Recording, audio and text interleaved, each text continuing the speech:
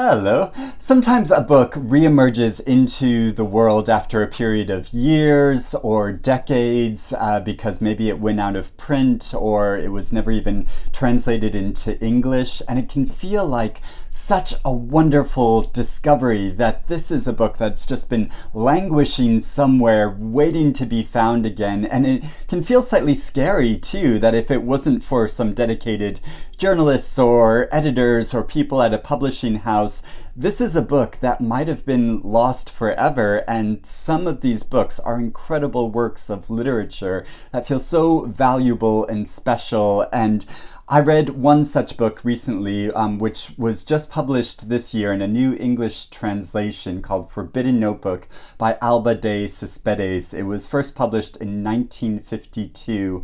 And Alba de Cespedes is a really interesting figure that I want to learn more about because she died in 1997. She was a 20th century writer who has Italian-Cuban heritage, and she was married at 15 years old. She had a child at 16, and then she was divorced by the time she was 20. And she was a novelist and a screenwriter and a journalist, and you can see a picture of here in the back flap, and she looks so cool and intriguing. Like, I know we shouldn't glamorize smoking, but she does look really cool in this picture. So Forbidden Notebook is a novel that I think has a deceptively simple premise. We follow the protagonist, Valeria Cosati, who is in Italy, in Rome, in the early 1950s.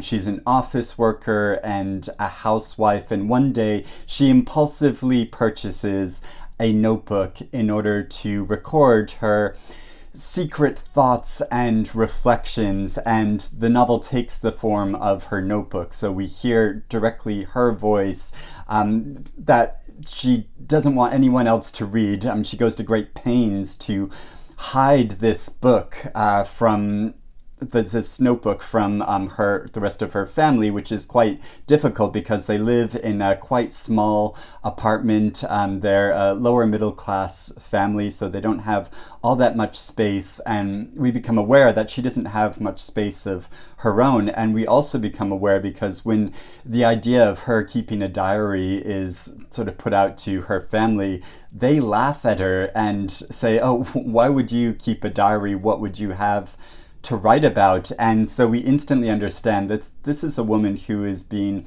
underestimated, undervalued, and through this notebook, it's so amazing how we get this sense of how she articulates her desires and comes to form this understanding of herself, which she hasn't been allowed to do before this point. It's a record of her self-discovery, but also it's recording this transitional period in her family's life over a period of several months. And there's this wonderful dramatic tension that builds throughout the novel in a couple of different ways. So following the developments of her family, she has two children who are almost adults. She has a son and a daughter, and they are going through a lot of changes, transitioning into adulthood.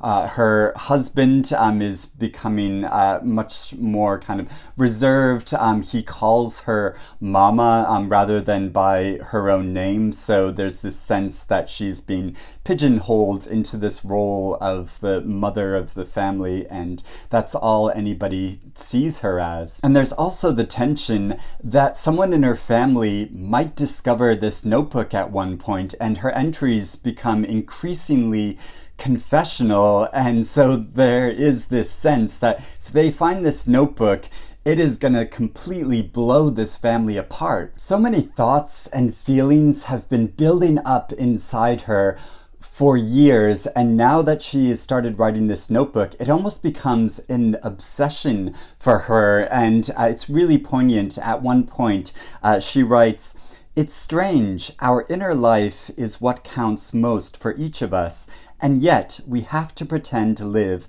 as if we paid no attention to it, with inhuman security. And the way that this novel presents this sharp divide between our inner lives and outer lives is so impactful. And I think this line of this inhuman security really gets at something in general about the human condition, that we have to contain so much within ourselves, keep so much secret, even from the people that we're closest to, or we have this sense that we have to, or things might fall apart. And so how the novel explores this tension between being honest and open with your family and but keeping things inside as well, is so masterful. The act of writing itself comes to feel like she is dipping deeper and deeper into a well of emotion, and we become conscious of her position as a woman in post-war Italy, who is having financial struggles, but also caught between this kind of conservative notions of the past and more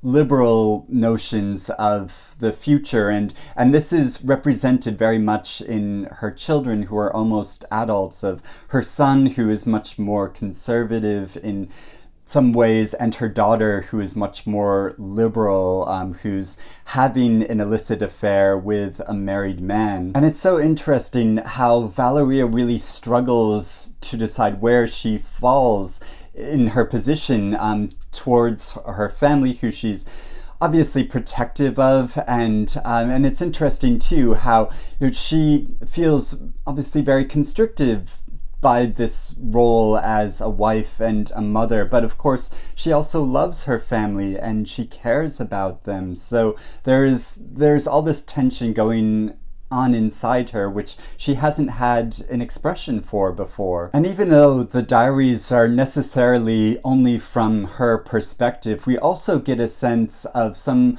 of the other characters and how they have this conflict between their inner and outer lives as well. For instance, her husband Michel, he's works in a bank, but he has been writing a screenplay for a while, which is quite racy, and then he gets an opportunity that it might be produced, and so the screenplay sort of comes out into the open. And there's also her boss, who goes into the office on Saturdays as a way of kind of escaping from his family life, and she starts going in on Saturdays as well. And so they develop this sort of relationship which is at once formal but then becomes much more personal over time, and it is so interesting how that develops. I naturally felt very sympathetic towards Valeria and her position, but I could also understand why her family grows to feel impatient with her or even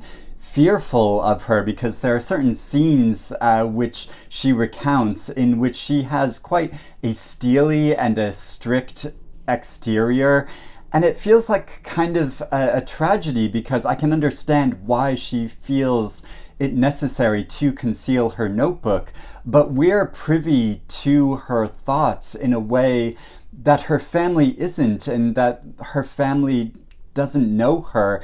And it feels so sad that they can't know the truth about her inner life in the way that we come to as readers. At times, I almost wished they would discover this secret notebook as a way of understanding Valeria's inner struggles. The situation raises poignant questions about how close we really are to the people in our lives that are most important, and also what levels of honesty are possible within the structures of familial and romantic relationships. And since this novel was written over 50 years ago, it naturally makes me think about past generations and my own family and my grandparents and what inner lives they might have led, which I don't know about and can't ever know about. And this novel is a testament to those lost interior worlds, but it is also such a compelling story that describes the human condition with candor and insight. And I think it is just an incredible book. I am so glad that it has finally been published in English, that this is a novel which has survived throughout the decades, and I'm so excited to discover and read more by Alba de Cespedes. It's really exciting. Pushkin Press that put it out here in the UK. They're going to be publishing another novel of hers next year as well. So yeah, I'm so grateful to them and to Ann Goldstein who translated this novel. I would love to know if you have read this book as well and what you think about it. Please let me know in the comments below. Or if you're intrigued to read it now, I would love to hear about that. And if you do, if you go away and read it, please do come back and let me know what you think about it. But thank you for watching me discuss this novel. I hope you're doing well, and I will speak to you again soon. Bye-bye.